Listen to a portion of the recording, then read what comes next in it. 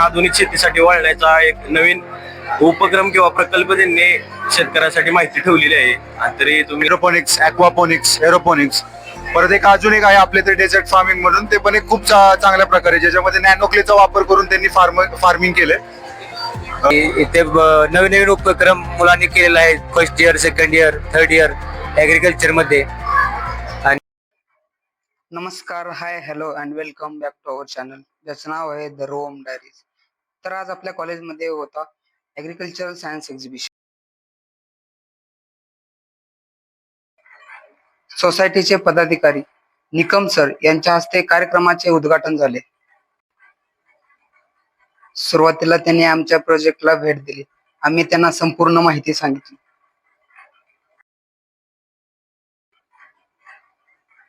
त्यानंतर त्यांनी वेगवेगळ्या प्रोजेक्टला भेट देऊन माहिती घेतली. तसेच आमच्या महाविद्यालयातील इतर प्राध्यापक वर्ग देखील आमच्या प्रोजेक्टची माहिती घेत होते. दुसऱ्या कॉलेजच्या विद्यार्थ्यांनी आमच्या एक्झिबिशनला भेट देऊन करिअर बद्दल गायडन्स केले. आजच्या सायन्स एक्झिबिशनच्या इव्हॅल्युएटरकडून माहिती घेतली व क्वेश्चन्स विचारले. यानंतर आपण घेणार आहोत सर्व विद्यार्थ्यांचे थोडक्यात प्रोजेक्ट बद्दल माहिती. चला तर मग आपण आता आपल्या प्रदर्शनामध्ये घेऊया काही लोकांचा फीडबॅक. तुमच्या प्रोजेक्टचं नाव आणि तुमच्या प्रोजेक्ट बद्दल माहिती सांगा. आमच्या प्रोजेक्टचं नाव आहे फार्मर सेफ्टी किट. म्हणजे शेतकऱ्यांनी औषध मारताना काय काय काळजी घेतली पाहिजे ते आम्ही सगळं किट ठेवलेलं आहे बघा. ग्लोव्ज, पहिल्यांदा त्यानं हँड ग्लोव्ज वापरले पाहिजे बॉटल घेताना, मिक्स करताना ते, आणि त्यांना हाताने अजिबात मिक्स करायचं नाही. स्टिक आहे मिक्स करण्यासाठी, आणि ती बॉक्स असेल ना ते ओपन करण्यासाठी ते झाकण पॅक असतं ना, ते तोंडाने किंवा हाताने तोडू शकतात, ते निघत नाही. तर ते काढण्यासाठी आपल्याला हे ठेवलेलं आहे. नंतर आमच्या प्रोजेक्टचं नाव इंटिग्रेटेड फार्मिंग आहे. याच्यामध्ये हे असे 3 सेटअप केले, 3 लेअर, वरती गोट, खाली पोल्ट्री आणि खाली फिश. त्याच्यापासून एकमेकाला ते फीड करतात. परत ते त्याचं ते वेस्ट आहे ना ते आपण डायरेक्टली फार्म मध्ये युज करू शकतो ऍज अ फर्टिलायझर किंवा ऑर्गॅनिक कंपोस्ट. तिथं गोठा आहे, त्या गोठ्यामधून जे वेस्ट असतं ते वर्मी कंपोस्टला युज करून ते वर्मी वॉशचं फर्टिलायझर म्हणून युज केलं जातं. बाहेरचं काय केमिकल न वापरता ऑर्गॅनिकली इथं ग्रो केलं जातं. फार्मरला खूप त्याचा बेनिफिट पण भेटतो आणि इन्कम पण भेटतो. थँक्यू. माझा आहे सीड सोईंगचा मशीनचा आहे, ते दाखवल्याप्रमाणे. याच्यातून होल्स आहे, त्याच्यातून असं फिरवले की ह्याच्यामधून खाली पडणार. जर आपल्याला हे छोटे होल्स असेल तर छोटे प्रकारचे जे बिया असतात त्याच्यातून ते बाहेर पडणार. जर मोठ्या आपल्याला जर मूग म्हणजे सोयाबीन, हरभरा, मका वगैरे करायचं असेल त्याची साईज वाढवावी लागणार. आपल्याला डिस्टन्स वाढवायचं असेल त्याची 2 होल्स मधलं डिस्टन्सही वाढवावं लागणार. तर आमच्या प्रोजेक्टचं नाव आहे इंटिग्रेटेड फार्मिंग सिस्टीम मॉडेलचं नाव आहे. आणि याच्यामध्ये काय केलंय तर आपले कॉम्बिनेशन दाखवलेले ऑल युनिट्सचं. त्याच्यामध्ये आम्ही केलेलं आहे डेअरी युनिट, परत अजून पोल्ट्री, बकरी, त्याच्यानंतर हे आहे गोट आणि शिप्पेन, आणि हे क्रॉपिंग पॅटर्न दाखवलेला आहे. त्याच्यामध्ये काय होतं तर समजा अनेक डिफरंट प्रकारचे क्रॉप जर ग्रो केले आपण, तर एखादं क्रॉप फेल गेलो तर दुसऱ्या क्रॉप मधून इन्कम मिळावा आणि शेतकऱ्याचा इकॉनॉमिक लॉस होऊ नये यासाठी ते ग्रो शेती करतोय. आताच्या जनरेशनला लँड म्हणजे कमी होत चालली, सो आपण हायड्रोपोनिक्सचा यूज करतो. याच्यामध्ये आपण न्यूट्रिएंट वॉटर घेतो आणि त्याचं सर्क्युलेशन करतो. ड्रॉट कंडिशन मध्ये सुद्धा याचा यूज होत आहे. ऍज अ फॉडर पर्पज गुरांच्यासाठी सुद्धा याचा कल्टिवेशन केलं जातं. यामध्ये स्ट्रॉबेरी, पोटॅटो प्लस टोमॅटो आणि फॉडर क्रॉप्स किंवा ऑर्नामेंटल क्रॉप्स असे बरेचसे प्लांट कल्टिवेट केले जातात. प्रोजेक्टचं नाव आहे स्मार्ट इरिगेशन सिस्टीम. यामध्ये आपण हे जे दाखवले आता हे फ्रूट ऑर्चर्डसाठी दाखवले. आपण होम गार्डनिंग असेल किंवा आपल्या घराच्या कुंड्या वगैरे असतील ना त्यासाठी पण ते यूज करू शकतो. यामध्ये जेव्हा पाण्याची क्रॉपची जेव्हा रिक्वायरमेंट असेल पाण्याची, तेव्हाच आपला जे मोटर आहे ती ऑन होणार, आणि जेव्हा रिक्वायरमेंट फुलफिल होईल तेव्हा आपली मोटर बंद होणार. आता हा सॉइल मॉइश्चर सेन्सर आहे. हा तर आता सेन्सर हा वेट कंडिशनला आहे, त्यामुळे आपली मोटर बंद आहे. जेव्हा हा ड्राय सॉइल मध्ये जाईल तेव्हा आपली मोटर ऑटोमॅटिकली चालू होईल.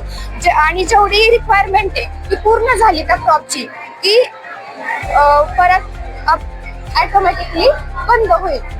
पण ही जी चिप आहे आर्डिनो युनो हा रिले मॉड्यूल आणि हा सॉइल मॉइश्चर सेन्सर हे कंपोनंट्स आहे आणि ह्या बॅटरी थ्रू आपण याला करंट प्रोव्हाइड केलाय. आमचा प्रोजेक्ट आहे फॅक्टरी इमिटेड कार्बन प्युरिफिकेशन. जर आपण चिमणीतून बाहेर पडणारा जो स्मोक आहे तो एन्व्हायरमेंट मध्ये रिलीज करण्यापेक्षा आपण त्याच्यावर प्रोसेसिंग करून तो क्लीन करून बाहेर आपण सोडला पाहिजे. मग आता ह्याच्यासाठी फॅक्टरी आहे आपली, ही चिमणी आहे, त्याच्यातून जो स्मोक बाहेर येतोय त्याच्यासाठी तो फॅन लावलाय. त्या फॅन थ्रू ह्याची मुवमेंट होणार आहे आणि यातून तो इथं कार्बनच्या इथे जाणार आहे. कार्बन मध्ये त्याच्यावर ती प्रोसेसिंग म्हणजे ते ऍब्सॉर्ब होणार आहे त्याच्यात आणि त्यातून क्लीन एअर बाहेर येणार आहे आणि हे आपण एन्व्हायरमेंट मध्ये रिलीज करू शकतो. थँक्यू. हे हायड्रोपोनिक सिस्टीम आहे. याच्यामध्ये पूर्णपणे पाण्याचा उपयोग करून आपण क्रॉप्स ग्रो करू शकतो. याच्यामध्ये वीड ॲज अ कॉम्पिटिशन नाही आहे क्रॉप्सला, त्यामुळे आपण chemical free paste free crops grow करू शकतो. आता हे मॉडेल वर्क कसं करणार, इथं एक टँक आणि पंपिंग युनिट येणार आणि या पाईप थ्रू वॉटर सगळीकडे सर्क्युलेट होणार आणि ते वॉटर डिरेक्टली प्लांटच्या रूट झोनला भेटणार आणि न्यूट्रिएंट्स पण डिरेक्टली प्लांटच्या रूट झोनलाच जाणार. तर हायड्रोपोनिक सिस्टीममध्ये ग्रोथ फास्टर आहे ॲज कम्पेअर टू जर आपण सॉइल फील्ड बघितलं. थँक्यू. सगळ्यांचं नमस्कार. तर आपण हे प्रोजेक्ट बनवला आहे मुक्त गोटा गायांसाठी निवाऱ्यासाठी मुक्त गोटा बनवलेला आहे. त्याच्यामध्ये आपण टेम्परेचर मेंटेन करण्यासाठी फॉगर सिस्टीमची बसवलेली आहे आणि ही स्ट्रक्चर त्याचे असे डिझाईन मॉडेल बनवले आहे जेणेकरून शेतकऱ्याला कमी खर्चामध्ये स्ट्रक्चर हे उभं राहील अशा पद्धतीने हे बनवलेलं आहे. त्याच्यामध्ये तुम्हाला थोडक्यात वर्किंग दाखवतो. अशा पद्धतीने फॉगर सिस्टीम चालत आहे.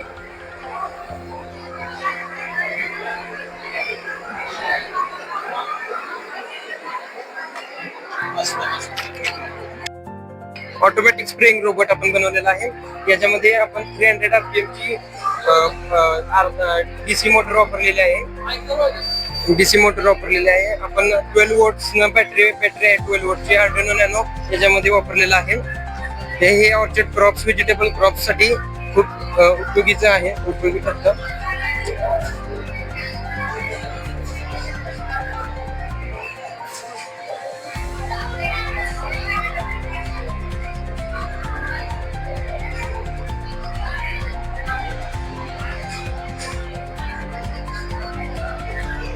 चार्जेबल बॅटरी आहे.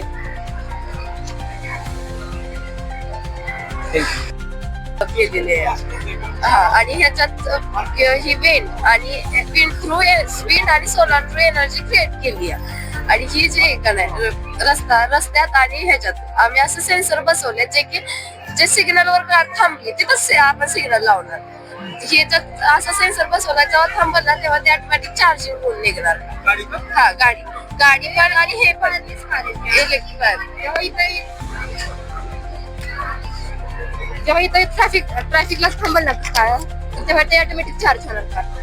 म्हणजे ही विंड मिल लावली आता ते होणारच. स्मार्ट सिटी इलेक्ट्रिक आल्या त्याचा म्हणजे आम्ही एक प्रकारची स्मार्ट सिटी कशी डेव्हलप होईल असं लागलं. आणि हे पण काय की स्मार्ट पार्किंग आहे. जेव्हा आपण गाडी ह्याच्यात पार्क करू ना तेव्हा ते ऑटोमॅटिक चार्जिंग होऊन येतात. ते पण वायरलेस कनेक्शन त्याच्यात गाडी पार्क झाली ते चार्जिंग होणार. जेव्हा चार्जिंग झालं की ते बंद होणार. ते पण ऑटोमॅटिक आणि सोलर वरती येते. हे काय माझी प्रोजेक्ट नेम स्मार्ट फार्मिंग. त्याच्यामध्ये आमची किचनची वेस्ट वॉटर असलं कोणती पण वेस्ट वॉटर असेल इथनं प्युरिफाय होऊन इथं कलेक्ट होणार. परत इथं कलेक्ट होणार. इथनं ती व्हर्टिकल हायड्रोपोनिक सिस्टीम आहे. इथनं या पाईपातून वरती जाणार. वरती जाऊन इथं वॉटर एक्सचेंज झाली की परत खाली येणार. परत इथं एक्सचेंज झाली की परत खाली येणार. परत असं इथनं परत वरती जाणार असं सर्क्युलेशन सिस्टीम असं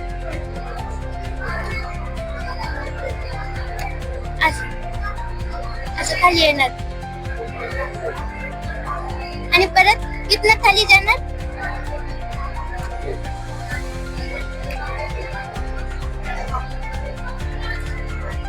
परत इथनं खाली जाणार परत इथनं खाली येणार असं ते यांच्यामुळे 90% वॉटर आम्ही सेव्ह करू शकतो प्लस वॉटर प्युरिफिकेशन करून आम्ही घरी याच्यामुळे क्रॉप प्रोडक्शन करू शकतो ते पॉलीहाऊस आहे त्याच्यामध्ये आम्ही कूलिंग सिस्टीम बनवलेली आहे ते फ्लड पाण्यामुळे फ्लड असतात त्यांच्यामुळे सोलार सिस्टीम बनवली ते सनलाईट अब्सॉर्ब करतात इलेक्ट्रिसिटी जनरेट करून इथं फॅन फिरवतात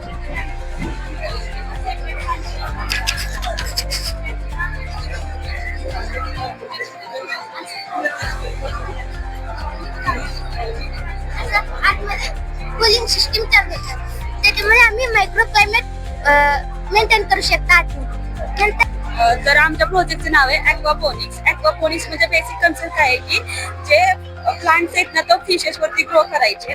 पण एकाने काय होतं जनरली की ते प्लांट्स ग्रो करताना ना त्याचे जे रूट्स असतात ना ते डॅमेज होतात. मग आम्ही ना हे प्लांटचं सेपरेट युनिट बनवले आणि हे एक सेपरेट युनिट आहे. याच्यामध्ये हा हॅचलिंग टँक आहे आणि ह्या हॅचलिंग टँक मध्ये जे हॅच केलेले फिश असतात ना ते ग्रो करतो. आफ्टर 1 मंथ काय करतो याला ट्रान्सफर करतो या रिअरिंग टँक मध्ये आणि ह्या रिअरिंग टँक मध्ये जे फिश आपण ट्रान्सफर केलेत ना ते ज्यावेळेस वीक होतात ना त्यावेळेस त्याची जी वेस्ट क्रिएट होती ती वेस्ट सेटल डाऊन होती आणि ती सेटल झालेली वेस्ट आहे ना त्या पाईपलाईन थ्रू इथे बॅक्टेरियल कल्चर याच्यामध्ये बॅक्टेरिया नायट्रिफाईंग बॅक्टेरिया नायट्रोजन बॅक्टेरिया तो त्याला डिकम्पोज करतो आणि या पाईपलाईन थ्रू हे प्लांट्सला प्रोव्हाइड केले जातात. याच्यामध्ये आपण सपोज स्पिनॅच असेल अमेरिकन केल असेल किंवा रशियन केल ग्रो करू शकतो आणि याच्यामुळे काय होतं ऍडिशनल इन्कम पण होतं जनरेट. जर आपल्याला सपोज वर्टिकल फार्मिंग करायची असेल ते पण करू शकतो आणि प्लस त्याच्यावरती फिशरीवरती जर आपल्याला इनोव्हेशन म्हणून जर पोल्ट्री टाकायचं असेल त्याच्यामध्ये एक्स्ट्रा इन्कम पण येऊ शकतो. आणि याच्यामुळे काय होतं की 95% वॉटर आहे ना त्याचं आपण रिसायकल करू शकतो. इथं ना फिल्टर बसवला त्याच्यामुळे काय होतं जे हे रेड कलरचं बॅक्टेरियल कल्चर आहे ना ते फिल्टर होतं आणि परत हेच वॉटर आहे ना आपण फिशेसाठी यूज करतो आणि त्याच्यामध्ये जो ऑक्सिजन क्रिएट होतो ना प्लांट्स थ्रू तो ऑक्सिजनमुळे जे डिसीज वगैरे पेस्ट क्रिएट होते ना ती डिसीज कंट्रोल होते ऑक्सिजनमुळे. आम्ही सेकंड इयरचे स्टुडंट्स आहोत 4th सेमिस्टरला आणि हा आम्हाला सायन्स एक्झिबिशन आम्ही हा प्रोजेक्ट केलेला आहे ज्याचं नाव आहे इव्होल्युशन ऑफ ॲग्रिकल्चर. ज्याच्यामध्ये आम्ही 3 स्टेजेस दाखवले आहेत जनरेशन वाईज. फर्स्ट आहे एन्शंट ॲग्रिकल्चर, सेकंड आहे मॉडर्न ॲग्रिकल्चर आणि थर्ड आहे AI based agriculture. So ancient ॲग्रिकल्चरमध्ये अगोदर ब्रॉडकास्टिंग आपण यूज करायचो, इरिगेशनसाठी फ्लड इरिगेशन वापरायचो, त्याच्यानंतर ट्रान्सपोर्टेशनसाठी बुलक यूज करायचो, त्याच्यानंतर सीड्स जे स्टोअर करायचो त्याच्यासाठी आपण सीड हट यूज करायचो. त्याच्यानंतर आपण मॉडर्नमध्ये शिफ्ट झालो हळूहळू जशी रिक्वायरमेंट वाढत गेली तसं मॉडर्नला आपण शिफ्ट झालो. सो त्याच्यामध्ये आपण इरिगेशनसाठी आपण ड्रिप इरिगेशन वापरायला लागलो, स्प्रिंकलर इरिगेशन वापरायला लागलो. त्याच्यानंतर जे सीड सोविंग करतो त्याच्यासाठी आपण सीड ड्रिल वगैरे यूज करायला लागलो. ट्रान्सपोर्टेशनसाठी फील्ड ऑपरेशनसाठी आपण त्याच्यामध्ये ट्रॅक्टर्स वगैरे यूज करायला लागलो. फील्डचे जे आपण प्रोडक्शन जे आहेत इन्क्रीज करण्यासाठी आपण फर्टिलायझर सिंथेटिक फर्टिलायझर्स यूज करायला लागलो. त्याच्यानंतर आता AI कडे जग वळत आहे आणि आता जी नेक्स्ट जनरेशन आहे ती सध्या आम्हाला फार्मर व्हायचं असं नाही म्हणत, त्यांना फार्मिंग सोडून दुसरं करायचं, त्यांना हार्डवर्क नकोय. त्याच्यामुळं राईट स्मार्ट वर्क पाहिजे आणि त्याच्यामुळे फार्मर्स कमी होत आहेत आणि लेबर पण मिळत नाही आपल्याला. त्याच्यामुळं हे AI बेस्ड ॲग्रिकल्चर जे आहे ते खूप इफिशियंट आहे बिकॉज आपण हे घर बसल्या आपण ऑपरेट करू शकतो. वेदर स्टेशन आहे, सॉइल डिटेक्टर आहे, सॉइल मॉइश्चर डिटेक्टर आहे, रोबोटिक प्लांटर, ड्रोन आहे, AI ऑपरेटेड पॉली हाऊस आहे. वेदर स्टेशनने आपण मेट्रोलॉजिकल डाटा आपण कलेक्ट करू शकतो. त्याच्यामुळे आपण फ्युचर ऑपरेशन्स ते आहेत ते शेड्यूल करू शकतो त्याच्या अकॉर्डिंग. त्याच्यानंतर सॉइल डिटेक्टर आहे, त्याच्यामधून आपण सॉइलची कंडिशन काय आहे, त्याच्या pH काय आहे, मॉइश्चर काय आहे, सॉइलला रिक्वायर काय आहे ते आपण डिटेक्ट करू शकतो. सॉइल मॉइश्चर आहे की तिथं आपण बघितलं फ्लड इरिगेशन होतं एन्शंट मध्ये, त्याच्यानंतर ड्रिप इरिगेशन झालं मॉडर्न मध्ये. आता इथं कसं आहे आपल्या क्रॉपला जेवढं रिक्वायर्ड आहे, आपल्या सॉइलला जेवढं पाहिजे तेवढंच आपण मॉइश्चर इथं द्यायचं आहे. ऑप्टिमम यूज आपण जो म्हणतो ना तो इथं करतो.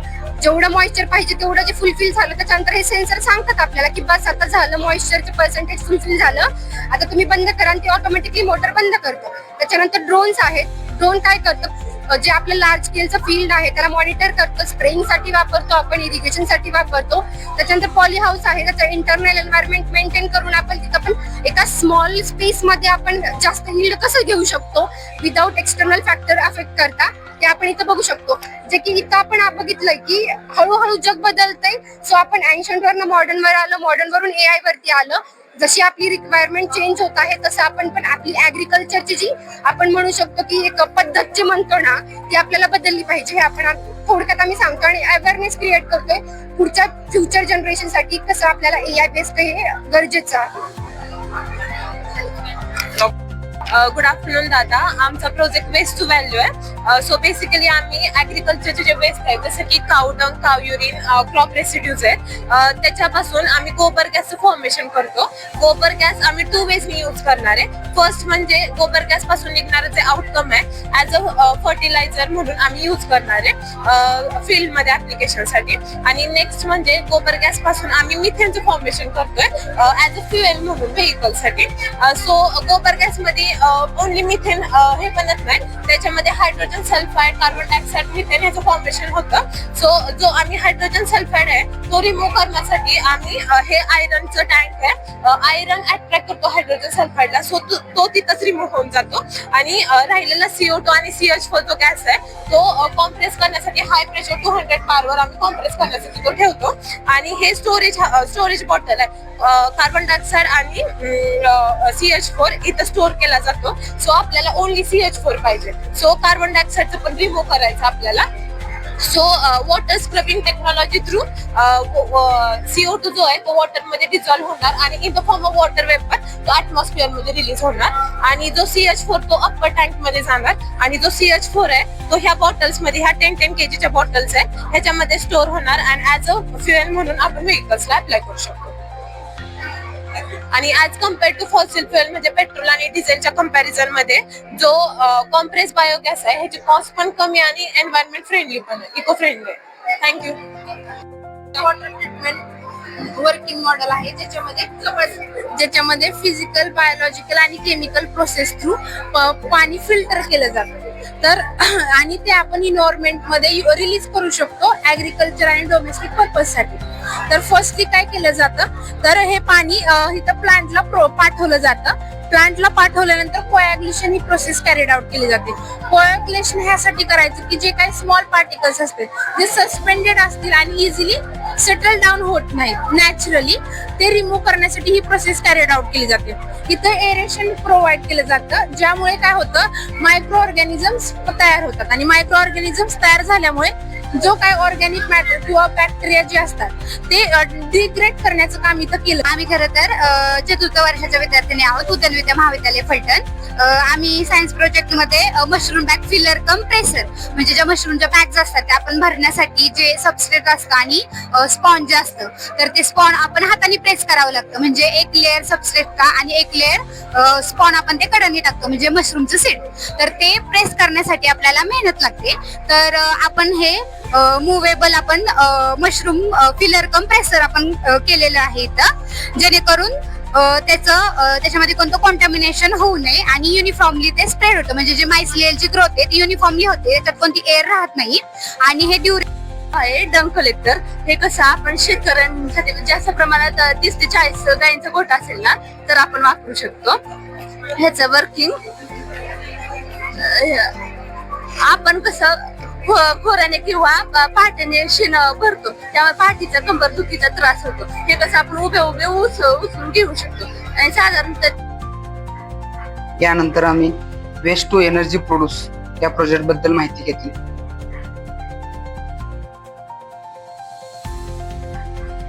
त्यानंतरचा पुढचा प्रोजेक्ट होता कॅबेज कटर, जे की पूर्ण सेन्सरने बनवलेला होता. तुम्ही त्याचं वर्किंग मॉडेल बघू शकता.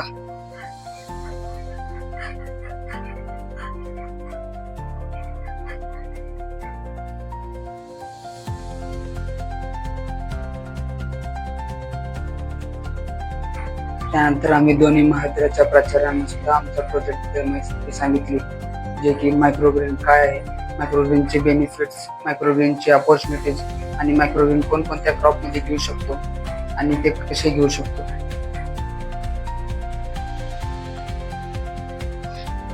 पुढचा प्रोजेक्ट होता ग्लोबल वॉर्मिंग.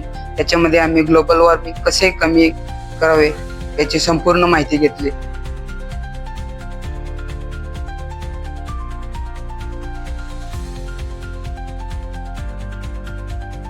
त्यानंतर आम्ही स्मार्ट सरफेस इरिगेशन सिस्टीम बघितला, जेणेकरून शेतकऱ्यांना खूप उपयोगाचा ठरेल असा प्रोजेक्ट होता.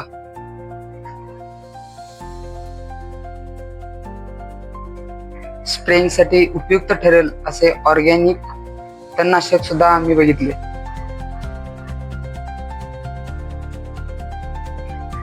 त्यानंतर आम्ही इंटिग्रेटेड फार्मिंग बद्दल माहिती घेतली, जेणेकरून शेतकऱ्यांचा इन्कम सोर्स कंटिन्यू कसा चालू राहील त्याच्याबद्दल माहिती घेतली.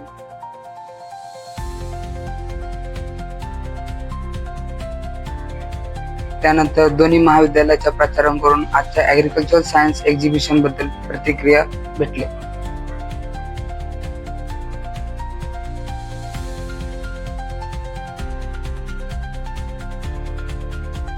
आजच्या सायन्स एक्झिबिशनचे ऑर्गनायझर कश्यप सर यांच्याकडून ही प्रतिक्रिया भेटली. एक्झिबिशन मध्ये आपल्याला हॉर्टिचे काही स्टुडंट आहेत ते आपल्याला बघायला आलेले आहेत, तर आपण त्याचा रिव्ह्यू घेऊया कसा आहे ते.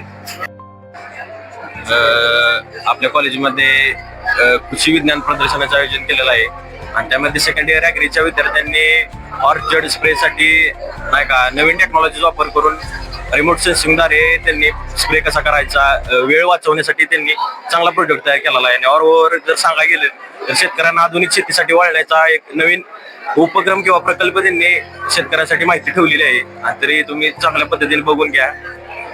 एक्झिबिशन हा चांगली कन्सेप्ट आहे. कश्यप सरांनी भरवले आपल्या कॉलेजमध्ये पहिल्यांदाच एवढी प्रतिसाद उत्तम प्रतिसाद आहे. आणि इथे नवीन नवीन उपक्रम मुलांनी केलेला आहे first year, second year, third year agriculture मध्ये. आणि इथे एक सूरज शिंदेचा एक ग्रीन हाऊस आहे, त्यांनी एक चांगलं डिझाईन केलंय, बघण्यासारखं आहे. त्याचा नंबर तो MPK होत पण जाऊन आलाय, बरं वाटते जरा. एकंदरीत खूप चांगला एक्सपिरियन्स होता माझा या प्रदर्शनाचा. आमचे जे ज्युनियर्स आहेत त्यांनी खूप चांगले जे मॉडेल तयार केलेत. त्याच्यामध्ये हायड्रोपोनिक्स, ॲक्वापोनिक्स, एरोपोनिक्स, परत अजून एक आहे आपल्या इथे डेझर्ट फार्मिंग म्हणून, ते पण एक खूप चांगल्या प्रकारे ज्याच्यामध्ये नॅनो क्लेचा वापर करून त्यांनी फार्मिंग केले.